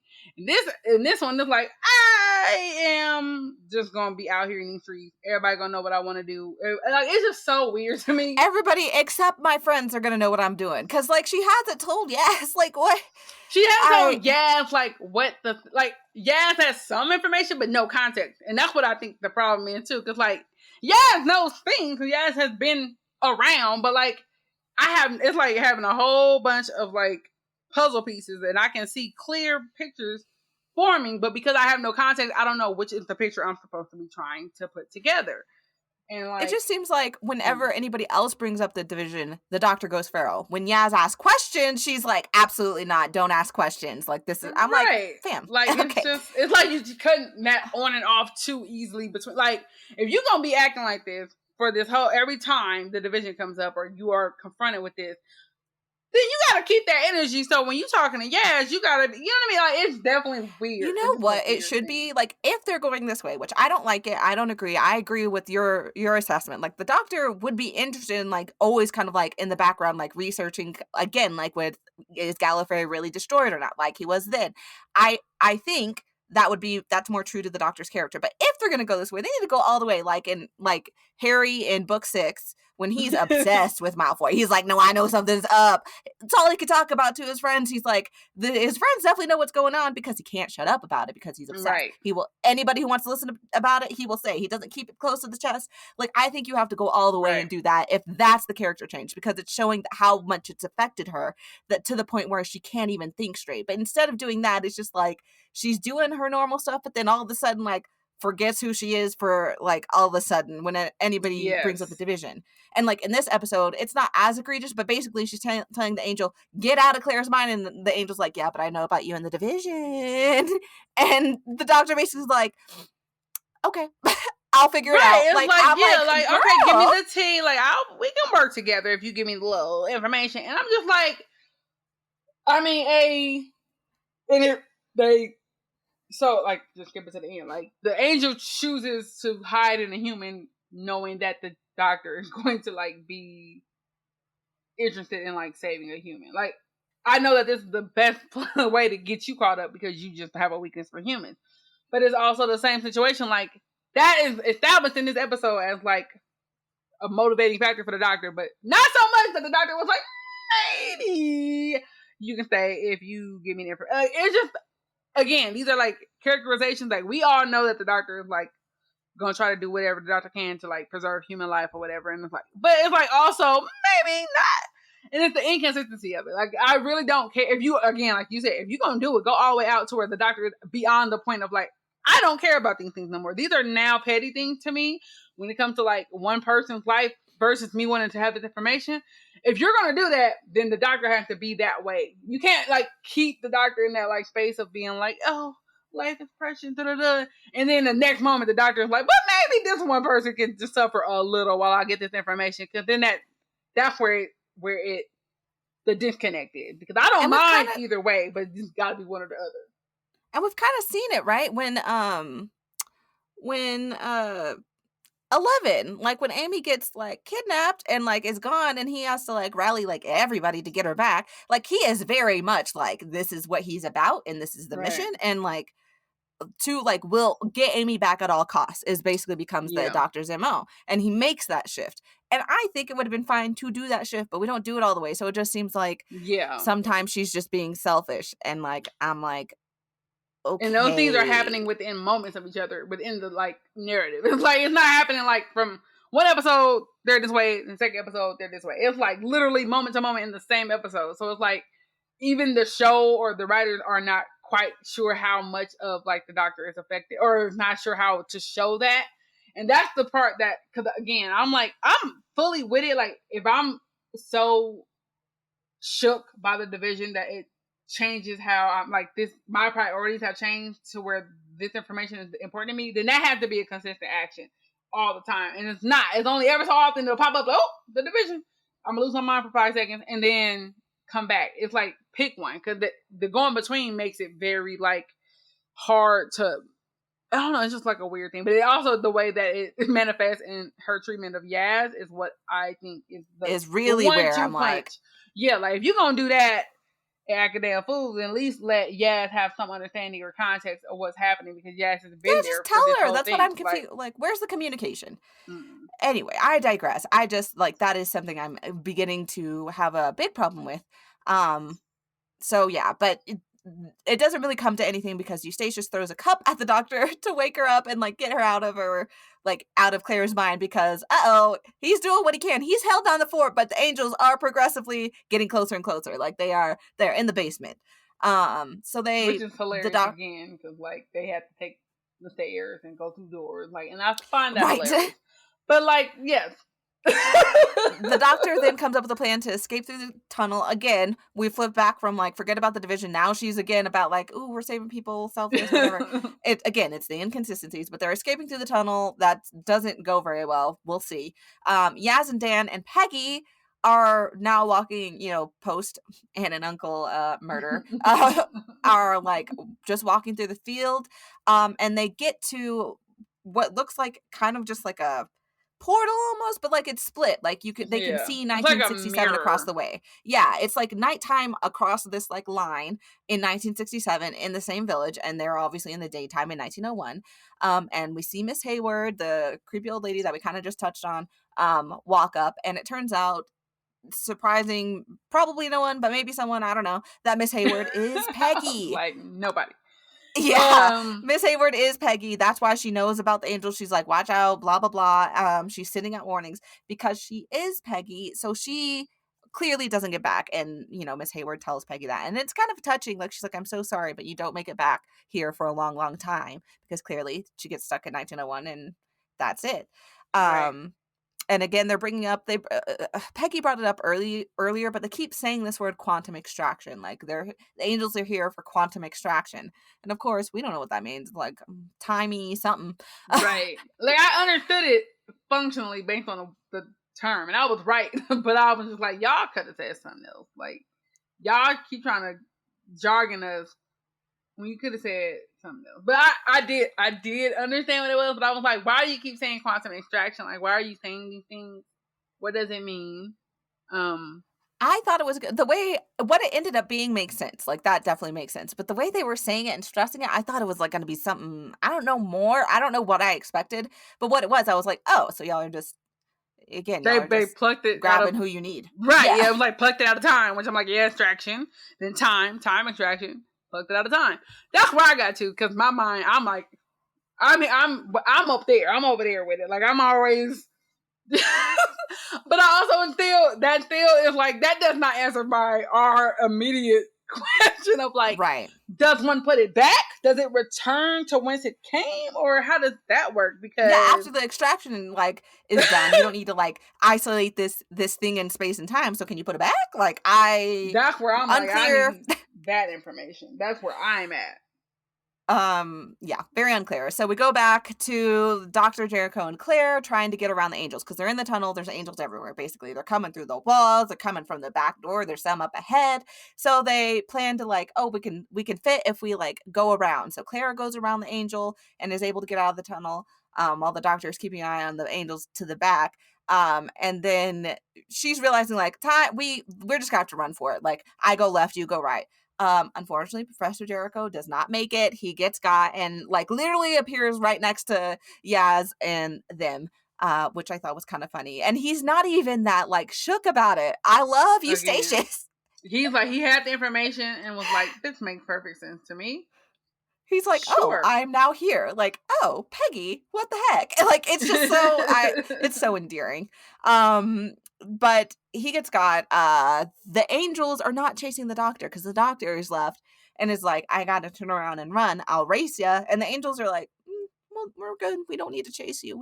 Basically what we now know is the angels are like, we already got you. Like, we ain't got to chase you. Like you already been. Yeah, it's over. Yeah, it's over. But the doctor's like, "Ooh, why are you not chasing me? That does not seem good." And it's not. She gets out. She sees Miss Hayward and the TARDIS gang on the TARDIS gang's on the other side. Miss Hayward's on this side, obviously. And she's like, "Oh my gosh, my friends!" But her friends are like, "Doctor!" And there's a ton of angels who have come out of this burial thing. It's unimportant. Basically, there's a lot of angels. Claire is like basically being held hostage, and her angel is now like outside of her head and is like doing the thing they were doing inside her head and using her to like communicate, basically. Yeah, like puppet. And unfortunately that angel, like we kind of hinted at, was up to no good and really led the doctor into a trap. Using an human, the angel knew that the doctor would be interested, got the doctor there and told basically the division operatives, like, look, you could take me in, or I could get you the doctor. Who do you want more, me or the doctor? And I guess the why not both did not occur to the angel. I had that thought. I was like, why not both, though? Why not both? But whatever, like, the justice system apparently intergalactically is corrupt and is like, yeah, we'll let you off if you give us the doctor. Right. And like, so that's what happens. And let me tell you, this sequence where, I mean, okay, first, I guess, before we get to that part, the doctor does talk with Yaz and they're like, no, we're in 1901. So like the doctor has that information. I think that's obviously going to be important that the doctor does know where Yaz and Dan are. But then, you know, the doctor gets got. She kind of realizes what's happened. Oh, quantum extraction. Oh no, it's going to be me. And my gosh, this sequence, the special effects budget. They held back on last week. Last week, I think we said something about, the budget. And we did. And I made a joke like, oh yeah, they already did the blow up. Like they blew up the carbon to shit, or not the potato chips. So I was like, they didn't already kind of exhausted their little budget for this little sequence. But no, they were saving it. They had put it in their back pocket so that they could do this. Because, oh my gosh. Ooh, that first wing that emerged, I said, oh my, like I literally like, I did it right now. Like I just tensed up. Like y'all are not doing this. So yeah, if y'all, I assume y'all have seen the episode, but if you didn't, like they literally, to extract the doctor, first turn her into an angel, like, Like, she turns into stone. She's got angel wings popping out, and like slowly her hands are forced like in front of her face. The sequence, but like you see it. It's not like any cutaways or like no, it's literally fading like in and you out. see It is the transformation into like a stone statue that like slowly covers their face. It's like the cool, like that is a creepy cool like, and I just love very it good as an implication. About again, the angels are so cool because of like they are cool, like the way you think about them, like all the possibilities, and this is kind of one of those. Like, what can they? Are they able to? Like, can you become an angel? I feel like that's a question I've had about them before. Like, can you turn into, or can they turn people? And like, I like the idea that like, and maybe it's not. Maybe it takes a lot of energy, and that's why it needs that many people to do it. But like, I just love that imagery, and I love the idea of like the angels being able to like convert people. I don't know. It was interesting to me because that just answered a question I had, but also gave me more of like just my mind started to be like, oh, look at all the possibilities, but also just that budget. They really did what they had to do with that, because I was truly like, this is so, and I was watching it. I had my face all up in that screen because I was so like, I had got so into it by that point that I was just like, are they? Oh, so yes, it looked they really good. Did that. And I just so loved it as a story point of like how, again, we don't know the rules, but like how we assume the rules work. And so like the doctor in that, with those confinements, I guess, or with those like having to work within that framework, I don't know. I just love that. Yeah, it looks super also cool. This is happening again in front of Yaz and Dan and them. So Yaz, okay, can we talk about Mandip's acting? Can we? Because Yaz is watching her canonically best friend, right? Maybe or maybe not canonically, maybe more. Get gotten this way, and like it's obviously clearly very traumatizing. So very jarring, and it's also like it's like there are again levels of things because like you're on the other side of the barrier, like so there's what's happening here that I'm watching, which is already like, oh my god, this is traumatic. Like the doctor is becoming this thing, but also separately, I am stuck in 1901. So it's like it's the horror of that. Like I am hurt and scared for you, but I am also worried and upset for myself. And it's the layers. The TARDIS is on the other side. Like yeah. So I love how much that is, I think, communicated. Like we are. A lot is happening and it is not good. Like this is a lot of stuck. Yeah, it was that whole thing was really, I don't know. I was just like, wow. Like I think that's so my good. Notes. I was just like, wow. Like that it was very good. I will say I was spoiled on that happening. Ooh, but yeah, I was a little annoyed. But also I wasn't sure because we've had like in this season like the doctor kind of had visions and stuff, so I wasn't sure if it actually happened, so I wasn't like that mad at the spoiler. And then even if I was sure what happened, the sequence was still so good that like who cares if I saw a picture, because like who cares. I agree with that whole just watching it happen was cool. Like I'm glad I did not know, it's like because I like, you know how my brain works, but like it was just, I don't know, that was just like one of those things where I'm like, this is such a cool episode for a lot of little reasons, but this is like the cherry on top. It was very good. It was, so they roll credits and it's the end, except it's not JK. I'm not really sure why they did it. They did a mid-credit scene. Yes, they did a mid-credit MCU scene. Energy. We are getting into I was like, okay, and I was loving that because I think they know, and this is not where they were risking people not seeing it. I'm like, most people actually watch the singers, especially after that. We're like, what the hell?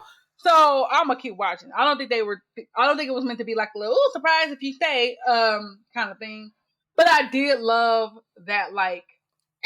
Don't forget, because to me it was like, this is still important. I like, to me, that emphasized that this is still an important story that's happening, that's parallel to what's happening with the doctor. And so, again, which is also lending itself to other theories. Right. So that's why I love that they went back, but it was I kind of want to know what, like, Namaka, I think that's the name we landed on. I cannot remember. Yeah, I think that, I can't remember how he pronounced it, but like, sure I want to know what his journey was, because by the time Bender gets there, because Bender so Bender shows up.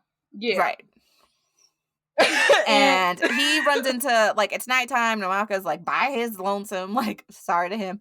And Vinder shows up, say exactly like Belle does, like, have you seen this person? And of course he has. And so he's like, yes, I think she saved my life, which good. He came around and realized what it was. Right, that's what I'm like. What happened there? Like, the story. It's not. I don't need them to answer this question. I just love the idea that like he had time to sit with it and really like marinate on it, and was just like, yeah, actually, now that I'm thinking about it, this does not make sense. So that was a cute little. I like that little cute little acknowledgement, a little growth happening in that small span of time. Right, I agree. And so he says yes. Apparently, Belle has left him like a recorded, like holographic message kind of situation. She only gets one chance to record it, so there's not a lot of information in it. But you get to see him like her talk to him and him watch it, and it's just very sweet, very cute. But also, it's like keeping the suspense going because we kind of like see them meet in a way. So you're not like, oh, this is gonna never end. It's like, oh, we're getting closer. Is how it feels. So I'm also excited to see. They did the like the rose color eye. They did that, but with the coordinates, and I was like, "Don't see y'all play too much," because I knew that wasn't gonna get the coordinates. I knew because she was like, "It's only a certain amount of time left," and I was like, "Ma'am, you are running that time down." But I was also too busy being like, "I love you," which and I love. Was cute, I had to say it twice. Like, like the first time was like, "I love you 3,000," and then get to the coordinates. You said, "I love you." No, I really love you. That little second "I love you" definitely could have been some coordinates. It could have been a general, like it could have been a system. It could have been some, give me an idea. Not even the whole coordinates, like, right. I'm heading over to Centauran sector or something. Right. So like, that's where my y'all know, like, romance is not my top tier of like storytelling. So like, if something that's cute and romantic, but I'm like, now look, let's have some sex. I think for me, I got it. Like, I was like, okay, that's cute. But why did you not leave a second recording? Do you only get, like, I know you only get one chance at that recording. Why not leave another recording? Because I saw her doing something over there. It made me think she, like, jerry-rigged something or hooked something, like, made it happen. I don't think it was meant to be. Like, I don't think she had, like, just a camera and could leave it. It was like, I got something that I know can last long enough for him to find it. And I don't know how much time is left on the thing. Because I assume that it's, like... I went right on to like VHS. Like, I don't know how close to the end of that tape we is. So I think that's what it was. Like, that guy know, like, hey. And that's my thing too. But also, because remember though, he, by the time they separated, was still very hostile. Like, I can't stand you. True. I don't want to see your ass, period, point blank. Because you over here blocking my blessings. And he had time to marinate on it, maybe pray on it. I don't know. Or maybe he watched the next. I don't know how much time has passed, actually. So I'm like, maybe he watched it happen again and was like, oh, you're right. They over there killing these people, or whatever he thinks. I don't know. But yeah, I was just like, now sis, the second "I love you," like the first "I love you" was necessary. Like, we need to affirm this relationship. The second one definitely could have been recorded. That's all I'm saying. But I do get it in terms of like, they're giving us fan fiction right now. They're giving us, and by that I mean like fan fiction authors do know how to. If they can't do nothing else, they know how to do that angst. They know how to do that, like... That slow burn. Yeah, slow burn. But y'all be liking that. I'd be like, y'all need to come on. Now, kiss. That's me. No, see, I'm a slow burn queen. Like, it is known in our friend group, in our community. Kiss. I'm like, stop playing. We already know what it's going to be, so let's get to it. And y'all be like, oh, no, I got it. I just want to marinate in it. So, yeah. But yeah, the story's doing it well. It's very cute. I am getting excited to see it resolve because they're giving me hope. I think that's the thing. I think that's what I'm trying to get at. Like, they're putting these cute moments that give me hope that it's not going to be a bad ending. Right. I think that's what it is. It's like, I think I'm hopeful that there's going to be like a happy reunion. Like, it might not necessarily be the way we think. But again, there are times when I want y'all to like reinvent the wheel, and this is not one of them. I need this to be a very standard. I need both them characters to be right. Like, don't play with me. Do not play with, like, when it comes to the romance subplot. Let's just keep it strictly romance, and don't try to do no detours. Don't try to do nothing crazy. Like, I think what is going to end up being the gotcha is whatever the reveal is about why they are important to the specific story. But them reuniting, that's not up for discussion. They're gonna be I'm telling you right now, I will get my plane ticket if y'all play with me on this, because they gonna reunite and be together and be happy and healthy. And then you can put them in some kind of danger as a team, but not as a couple. They gonna be safe and sound as people, but they might end up having to fight, throw some hands or something, and that's fine. But y'all gonna not play with They them. got the hands to throw, right? And we are not doing quick it with it. And whatever training they got, especially, may I remind you and the writers, hello BBC, knock knock. Belle is pregnant, so absolutely not. Right. Like I'm like, look, I am like at that point in this show where like I ain't left yet. I probably ain't gonna leave, but this is one of them ones like I think I can be tested. Don't you try me with this one because I feel like y'all think that's cute to be like, oh, we're gonna circumvent. Nope. Don't subvert. This is one time I want you to be extremely on the nose. Do not try to subvert this situation in any kind of way. Keep it cute or keep it on mute. Like, period. Keep it cute or keep it on mute. That's it. So with that, final thoughts? I have final thoughts. I kind of hinted at them already, talking about the Doctor and her selfishness. But I will say in general, I love the Weeping Angel lore and bits of like kind of retcon / tightening of the lore that we got. Like again, it makes the angels scarier again. I will be happy to see them in future episodes. Like it's back to where it needs to be as far as the angels are concerned. So I love that this episode for that. The Division shenanigans and the Flux shenanigans. I am starting like I know that's what this season is about. And the season is about the like every season is about the Doctor, essentially.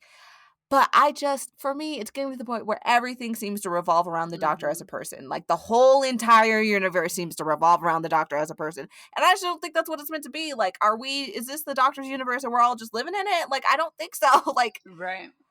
I was thinking of the episode because I was thinking of next week's episode where Yaz is by herself as a brown person in 1901. It made me think of how we had Demons of the Punjab. And like, that's a good example of like, the Doctor is traveling, but is witnessing things. It's not about the Doctor. Like the partition of like India is not about the Doctor, right? So why it just seems like everything is about the Doctor right now. And it makes the universe feel small. And and also the way the Doctor is being characterized through that being like, basically just pretty selfish about it and kind of like going feral anytime the Division comes up. I'm getting lightly annoyed. I'm not writing it off. I'm still willing to wait and see what happens, but I'm starting to be like, I don't know that I like this. Right. And like, I pretty much agree fully. I have theories about the Division that I feel like if I am close to being correct, can explain some of this, but I do overall have an issue with the Doctor being the center of the universe because that is not. The best stories happen when the Doctor just happens to be in a place, right? Like it's just a witness, or it just happens to be like, I'm not the savior. I just happen to be the person who was here at this moment, right? And so making everything about the Doctor does grate me. And those were my least favorite versions of this show through every showrunner before. Like RTD had a moment when it was all about the Doctor, and I was like, you can stop this. Moffat had a moment. I mean, that was kind of his Doctor was just like Moffat that one. Whew. Because 11 was definitely like everything was about the Doctor in a way that was like so irritating. Yes. But like the best episodes are the ones where it's not about the Doctor. Like you think of Vincent and the Doctor, right? Like, hello, right? Because the Doctor Rosa, just happens Demons to be there, right? And so those are the ones. Even like Midnight, I love me some good Midnight. Yes, like it's not about the Doctor. Just happens to be there when this creature, whatever it is out here wilding. Like. I love those episodes because they have nothing to do with the Doctor story-wise. Like, of course, the Doctor is there, so we are engaged with the Doctor as a character, but, like, it's not about the Doctor. And so these episodes I love them, but I am reserving, I'm keeping that pinned. Like, if they do not make it, like, if they don't answer these questions that I have, I guess in a satisfactory way, that might change. I will not stop liking those episodes. I've seen a lot of conversation where people are like, the ending of this arc will determine how I feel about the season. To me, every episode if you live your life like that, there's so much unwatchable Doctor Who. No, yeah, that's the thing. Like, I think it's because it's an arc versus all the other seasons have been. Well, all the modern seasons have been mostly standalone. There might be an arc, but that's not the core story. And this is the one season where it is one story in each episode as a chapter. So that does, I understand it if you think about it in book terms for like, I I don't know, because if I love a book enough that I'll get to the end, I kind of feel like it doesn't matter. If the end fails, I'm going to be irritated because I didn't get a satisfying ending, but I'm not going to be like, damn, that was a whole book. You know what I mean? Like, it would take a lot, but I do know people, you know what I mean? I did watch Game of Thrones to the end, so I clearly am prepared. I'm prepared to, like, separate what I like from what I don't like. Right, yeah. But yeah, so, like, but for me, I do say that how I feel about the show going forward will be determined by how they resolve this. Not how, because I think all these episodes, first and foremost, for the most part, they all to me stand alone really well. Like, I can watch this without needing the rest of the context of the season because I just think it's a cool Angel story. The last episode I can watch without needing the season context because I just think it's a cool story, right? Like, these all work for me as episodes individually, which I think is the sweet spot. It's like, oh, I can drop in and watch an episode or rewatch an episode and still also get something from watching a whole season. I think in the previous seasons, there were a lot of episodes that I thought were fun and rewatchable, but I didn't need to watch the season to, like, there was no reward for, like, oh, let's rewatch the whole season. Like, you really got nothing from it because it's not like they didn't affect each other that much. Whereas this season is like you want to rewatch the season as a season. But they also work individually. But yeah, so I'm in the same place. To get back to that point, I'm in the same place where the Doctor being the center of the universe is problematic. But I think there's a way, or there are a few ways that it can be resolved that I think will work for that. And I'm staying away from any major theories, especially my own theories. But like, there are theories that I have that would make it make sense in a way that I would be okay with it. But yes, on the whole, I do not like when the Doctor is the center of the universe. I don't feel like every single being out in the universe should have some kind of intention toward the Doctor. Like, they should. I like when the Doctor landed, you be like, I'm the Doctor. They be like, who? What does the Doctor, like, what do you mean? You work at Kaiser? Like, oh, okay. Like, I like that version. I don't like the Kaiser right? Thrive, okay? No, I don't love when it's like, I land, I'm the Doctor. Ooh, the Doctor? Like, that is cute ever so often, especially when they do it on Earth and it's like somebody who knew somebody who knew somebody who knew Rose. That's cute to me. And it's like, oh, you're the Doctor. I heard about you from whatever. But I don't like when it's like, no matter where the Doctor goes, everybody has a knowledge about this person.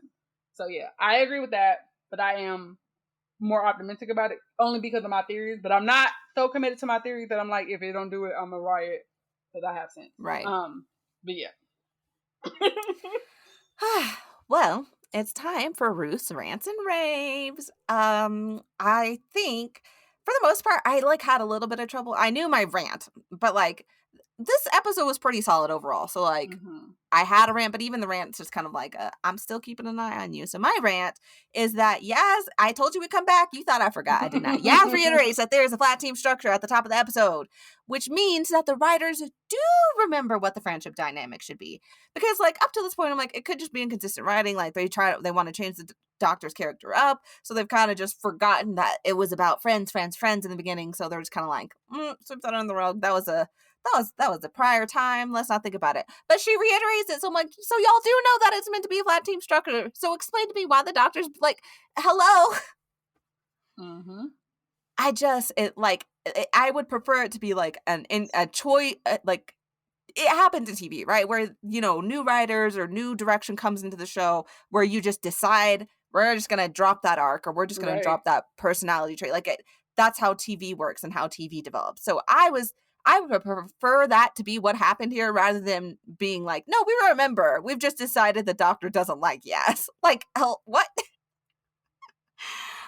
Forget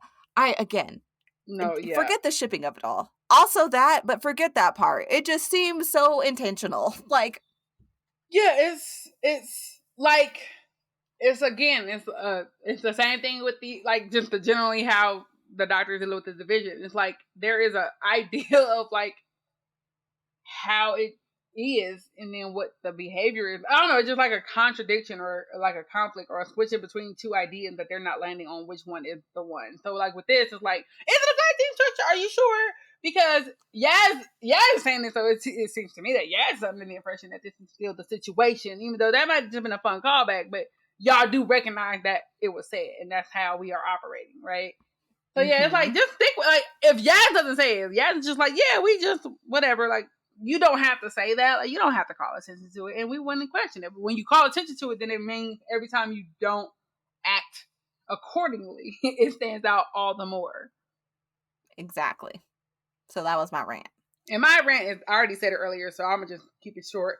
Dan is unnecessary. He just is not giving anything that I don't think could have been gave by Yaz and now current characters Or that we've these been one-off introduced characters, to. yeah. Right, because like, and I mean this, and I say this lovingly. Oh boy, that Tunnel Man is giving more than Dan. Okay, I don't know what he is about. I don't know. They may never answer this question, but like, he comes in maybe because he comes in and leaves like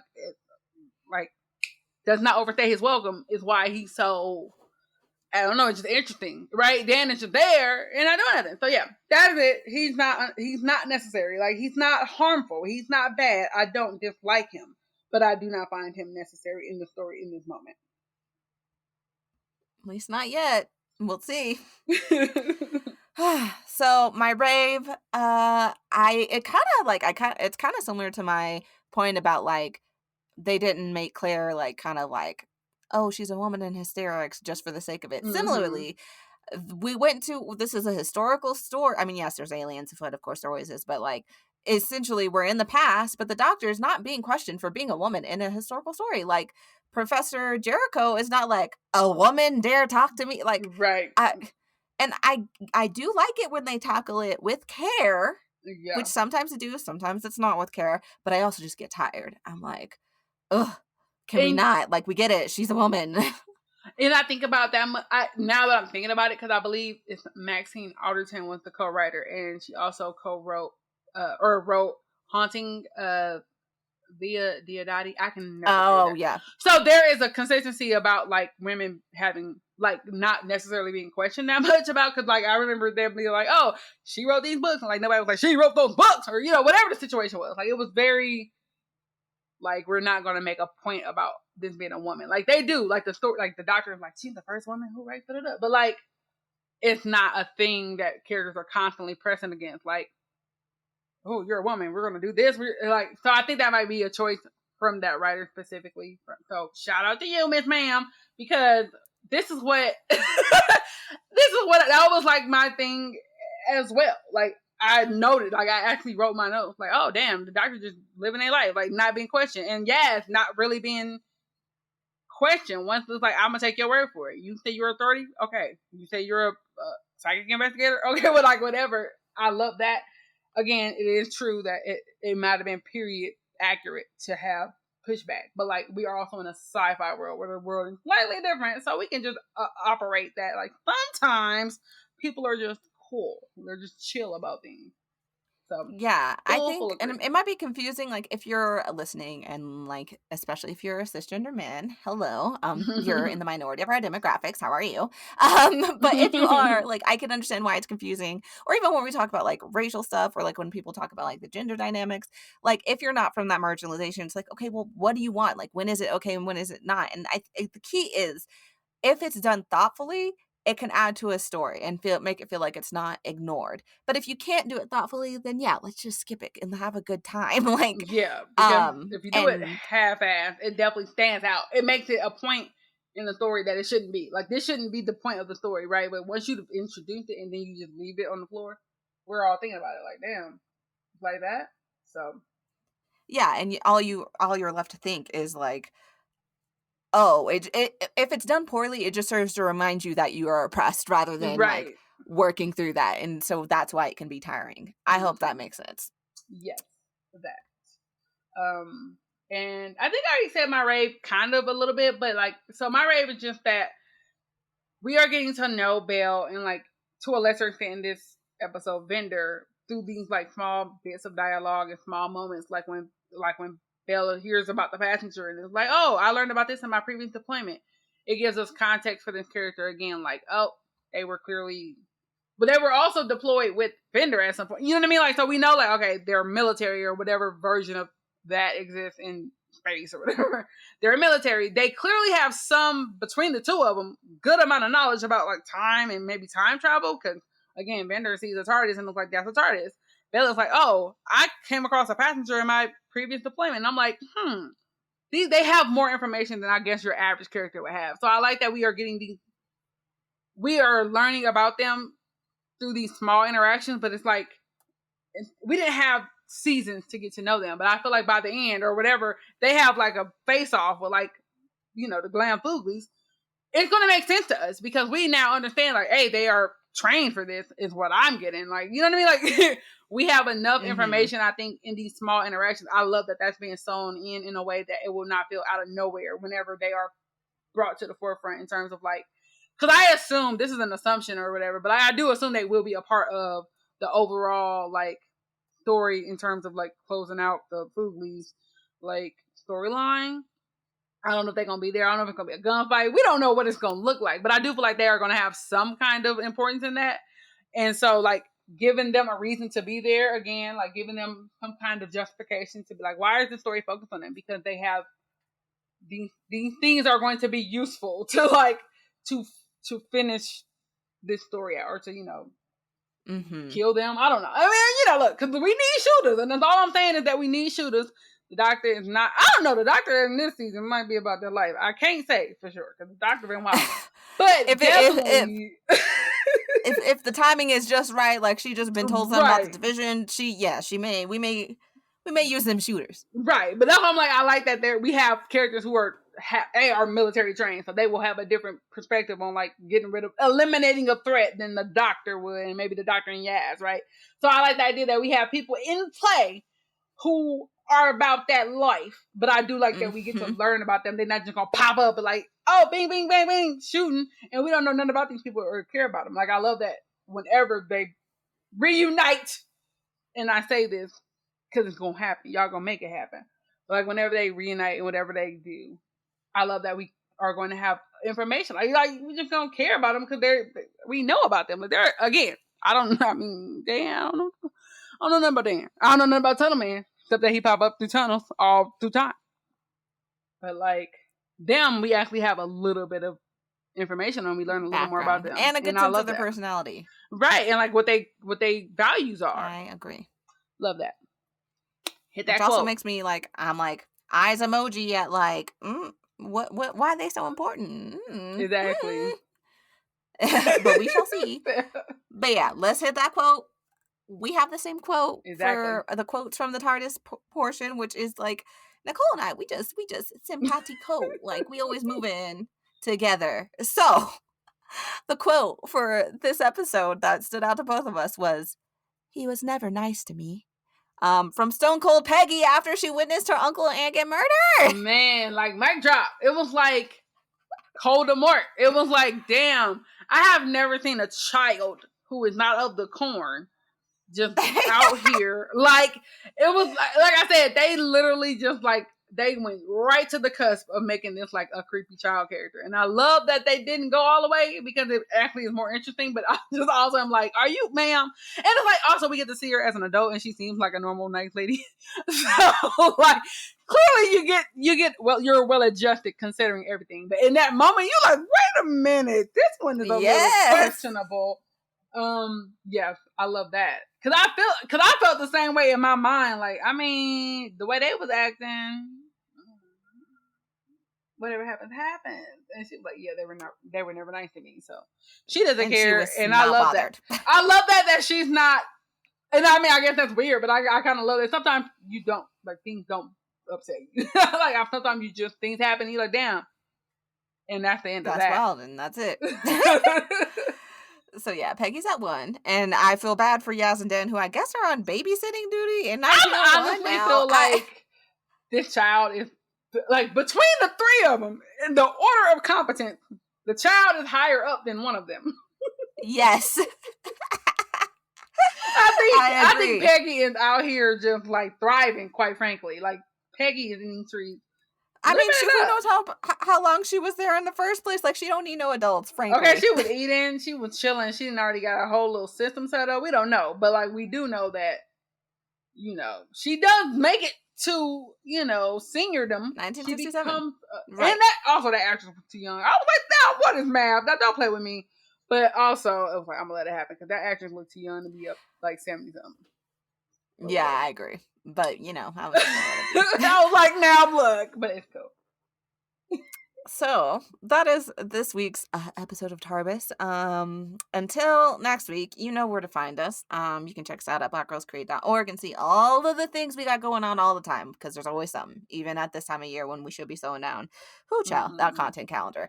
Anywho, like we said earlier, you can follow us on social media. You can follow Black Girls Create at Black Girls Create, BLK Girls Create on Twitter. You can follow me at Delia is Typing, and you can follow Nicole at Queer Specimen. Of course, let us know your thoughts using the hashtag TARBIS, TARBIS. If you can figure out what's going on with them angels, we got questions. Like, we just had several questions. So if you have theories, you have answers, you know where to find us. You can also rate and review us on iTunes and where podcasts are found, wherever you be listening. Do whatever they got, because every system, I know it's all different, but wherever you are, hit that like, hit that subscribe, whatever. You can also become a Patronus, which is what we call our lovely Patreons. You can head over to patreon.com/blackgirlscreate to support what we do. Patronuses who donate $15 per month can get more nerdy deep dives with our BGC Presents Limited podcast series, where we dive deep into properties such as Naruto and Lord of the Rings and more. Again, we're currently doing Naruto. I wanted to make a Naruto reference this episode, but I was like, I don't know if people will be down like that. But if you are, you know where to find it. That's where the goods are. So yeah, thanks for listening. Next week, we're going to be back for Doctor Who for the episode called Survivors of the Flux. So I'm excited about that. We will be keeping an eye on it because Yaz is a brown person stuck in 1901, and that is always first and foremost what I am worried about. Me too. Well, until then, y'all. Bye. Bye.